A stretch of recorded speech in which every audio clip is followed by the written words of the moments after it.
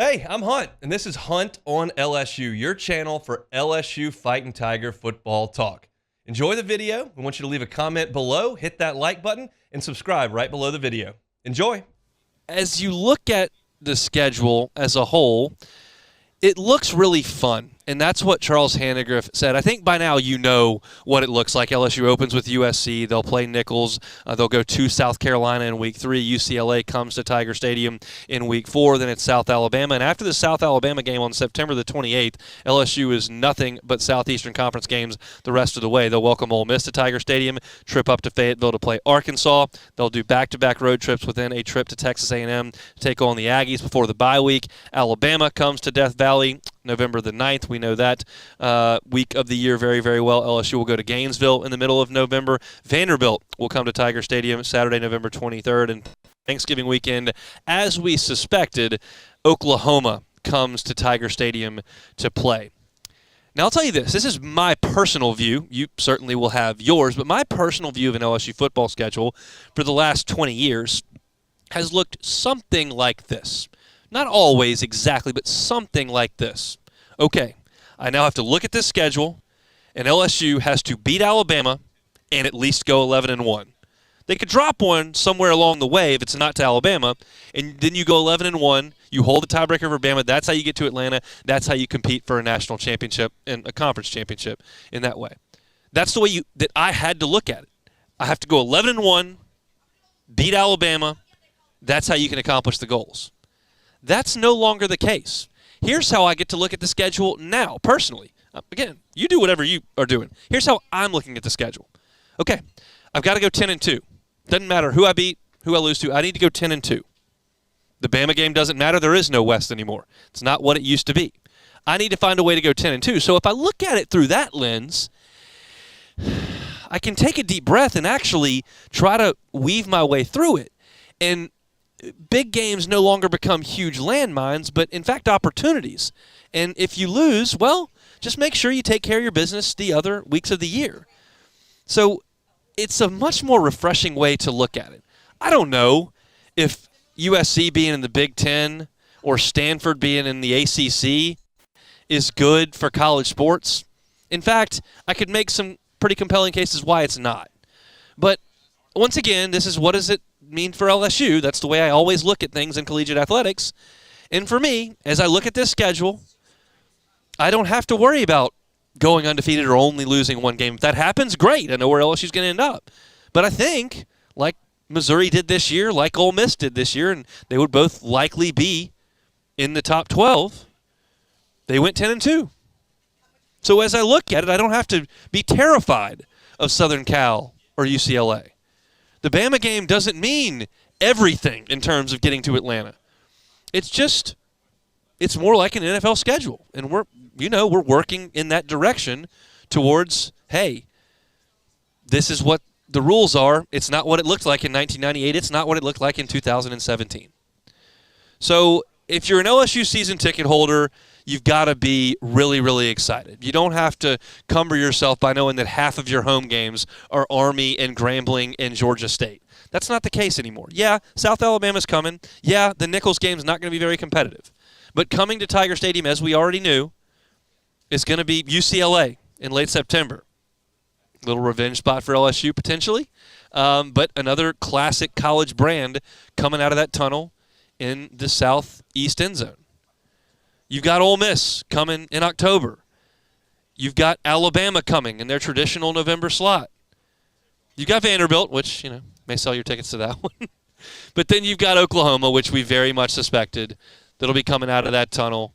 And hopefully that game's got a lot on the line for both schools. We've got two great quarterbacks that have piloted those teams this year. Dylan Gabriel's going to move on to the transfer portal, and Jaden Daniels is out of eligibility. But you figure both of those programs are in a pretty healthy spot, and that game should have a ton on the line. I would be surprised if both teams came into that game with 3, 4, 5 losses. It feels like that one is going to be massive, and not in a sense of potentially having to get to Atlanta, but because Atlanta is not the only way to reach a national championship goal, to get into the playoffs. Maybe to get a home game in the playoffs. Maybe to get a bye. Maybe to get to Atlanta. There are more options on the table with this Southeastern Conference schedule than there were previously. So that's to look at it from an LSU perspective where, yeah, if you would have told me, and Charlie said it's the toughest schedule since 1988, if you would have told me 4 years ago, 5 years ago, hey, LSU's going to play a schedule that includes Oklahoma, Florida, Alabama, A&M, USC, and Ole Miss. I didn't even mention Arkansas or UCLA or South Carolina. You would have told me Oklahoma, Florida, Alabama, A&M, Ole Miss, and USC. I'd have said, huh? That's a waste of a football season. There's no way LSU's going 11-1 on that schedule. That's not doable. You got to have Burrow. You got to be. To go 11-1 on that schedule, that's not going to be doable. Now I get to look at it and go, okay, you might drop the opener in Vegas. Hopefully not, but you might. Doesn't sink your ship. You actually have margin for error down the road potentially. If you win that game, you're in a great spot. You might trip up against Ole Miss at home. But if you can rally the troops and then go to College Station and beat Alabama, like all of a sudden, you're in great position, even though you've lost a game to Ole Miss. Even with Florida and Oklahoma coming up. It's just a different way to view things. And to some, the tension and the monumental stage that is those unbeaten college football games, and understand that the loser's in big, big trouble, that's part of the reason you love the sport. And I understand that. I just don't see it that way. I'm trying to win championships, and with that schedule, 5-7 years ago, it was going to be real tough to try to win a championship. Now, it feels a little bit more doable. So I'm excited about the future of the league. And I'll tell you why else I'm excited about the future of the league. And Beck, I'll just get you to have an exercise here to see if we can prove my point.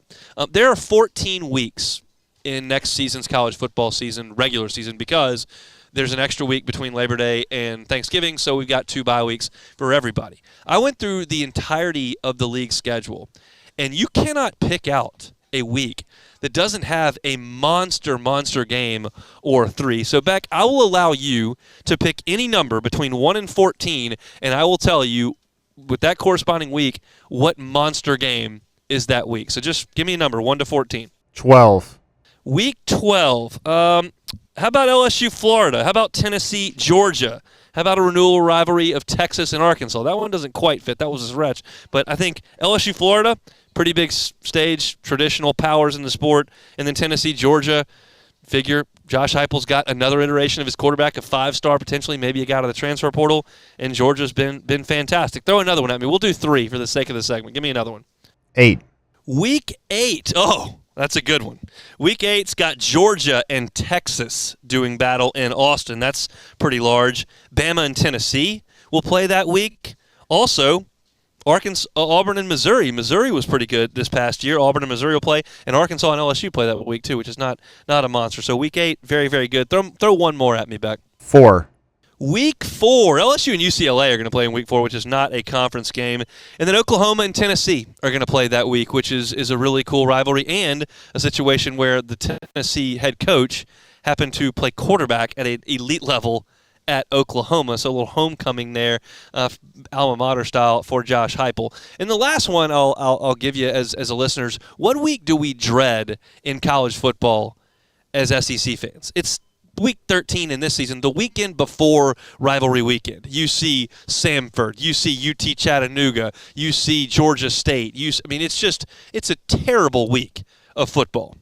Well, this time around, because we have more name brand programs adding in Oklahoma and Texas, that weekend before rivalry weekend, A&M and Auburn, Ole Miss and Florida, and Alabama and Oklahoma. I mean, that's not exactly Georgia State and New Mexico State. That's a really, really good thing for the sports, and not have that week in the back end of November where we just sit there and go, this sucks. That's not the case at all. And then, of course, we know rivalry weekend is just going to be absolutely out of control. The Iron Bowl, Florida State, Florida, LSU, Oklahoma, Ole Miss, Mississippi State, South Carolina, Clemson, Texas A&M, and Texas. I mean, the list goes on and on. Kentucky plays Louisville. I mean, you know by now, but that's going to be a wild, wild weekend of college football in the SEC. So a couple of other nuggets that I took from yesterday's schedule announcement. Texas A&M and LSU have absolutely monster home slates. We went through LSU's, but A&M will play Notre Dame, Missouri, LSU, and Texas in College Station next year. That's pretty salty run there for the Aggies. Georgia gets a little bit of a tough draw. I know we had a cakewalk for the folks over in Athens this past year, but they will play all of these teams away from Athens.